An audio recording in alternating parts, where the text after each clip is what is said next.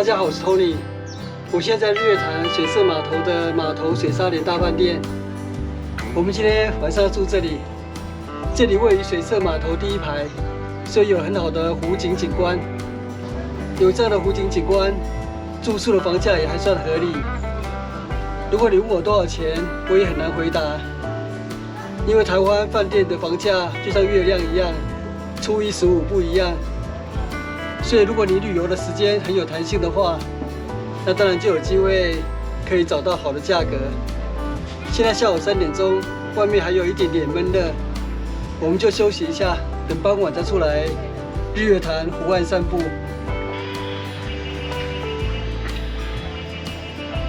我现在在日月潭水色码头，今天下午日月潭下雨了，现在还有点蒙蒙细雨，不过整个天气也变得凉爽多了。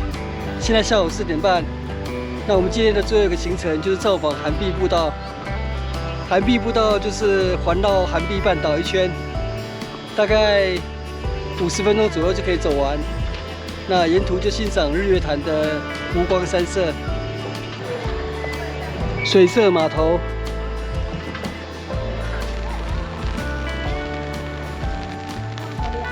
这边是禁止自行车进入，是人行步道。水社原是少族水里社的居地，这里是水社码头扩增的码头。这边要往上爬了。前面那里是梅河园，这里有日月潭石碑。在陆客游览日月潭的兴盛时期，因为陆客抢着要跟日月潭的石碑合照，所以在日月潭环湖周遭到处都立有日月潭的石碑。这样子的话，大家就不用吵架，抢着要跟石碑拍照了。耶稣堂下午4点钟就关闭了。所以今天无缘参观。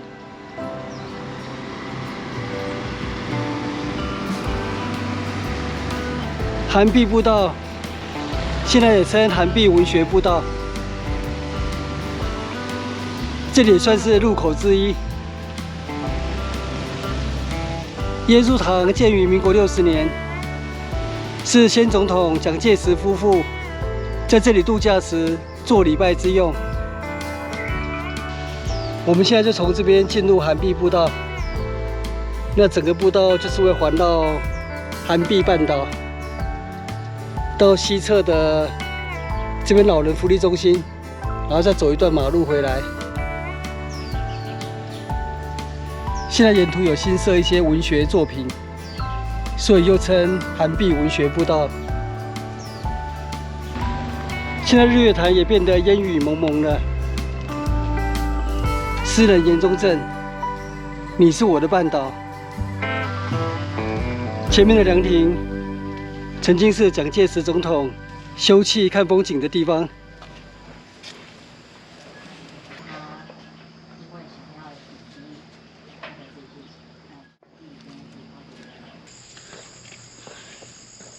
整条涵碧步道都平缓好走，上面就是涵碧楼大饭店。是日月潭最早的旅馆，在日本时代就开始经营，不过后来已经拆除改建。这是后来新建的涵碧楼大饭店。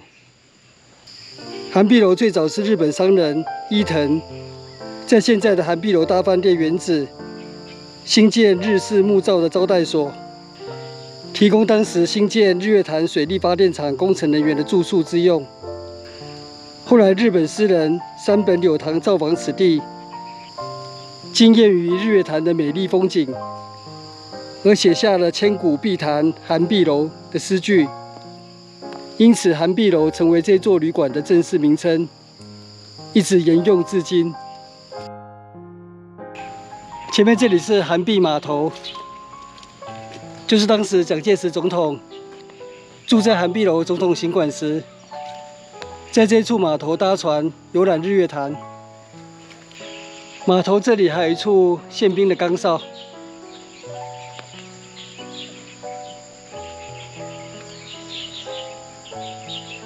蒋介石码头宪兵警卫亭。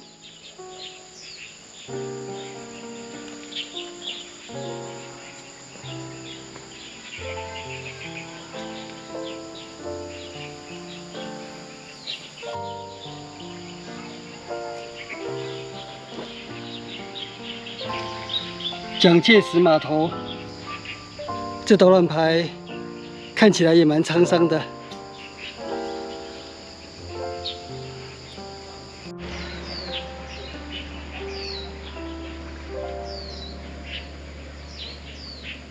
6年没有造访日月潭，是因为今天下雨的关系吗？怎么寒碧步道给我的感觉有点沧桑？继续前行。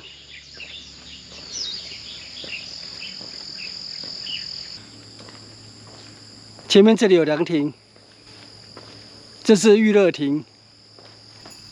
育乐亭算是老凉亭了，跟我同年，建于民国50年。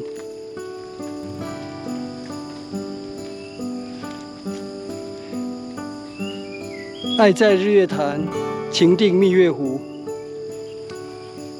邓湘阳的作品，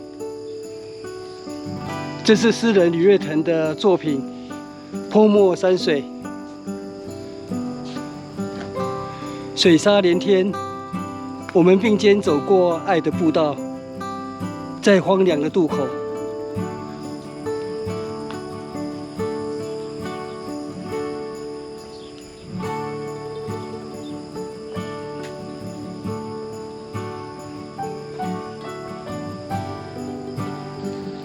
这里有支线步道往教师会馆，继续前行往老人会馆，往步道终点老人会馆还有590公尺，所以寒碧步道长度大约就是1.1公里左右。湖面上的小舟，那是日月潭传统的四方网捕鱼的小舟。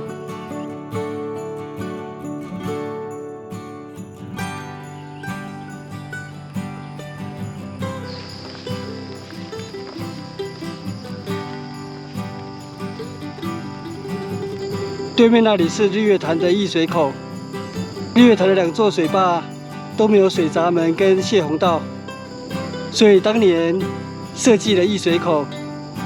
当水位超过溢水口的时候，湖水就透过溢水口排出水库。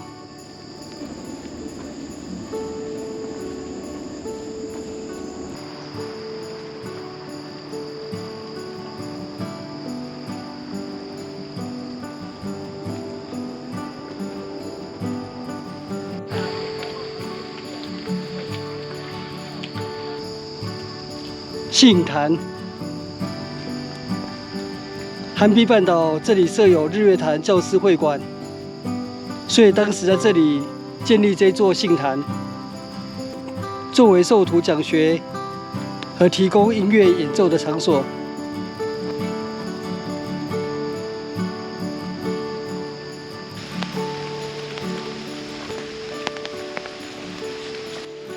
我们抵达寒碧步道的终点。老人会馆，接下来就要走一小段马路，回到梅河园。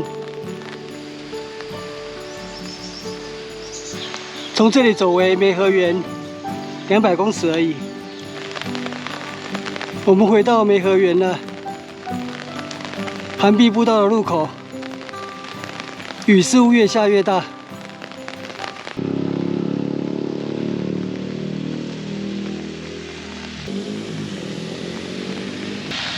梅河，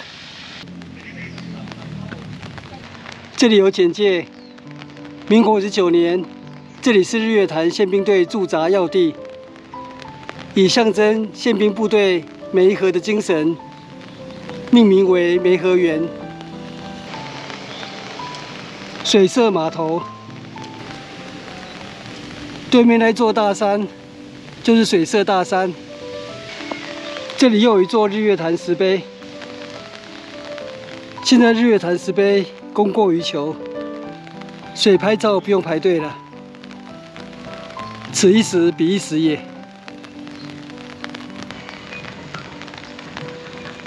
回到水社码头了，刚好是环庄一圈。我们刚刚是从这边进入涵碧步道，傍晚前雨中散步，游览涵碧步道，环绕涵碧半岛一圈，差不多就1个小时而已。那我们今天的涵碧步道之旅就到这边结束，谢谢收看，我们下次见，拜拜。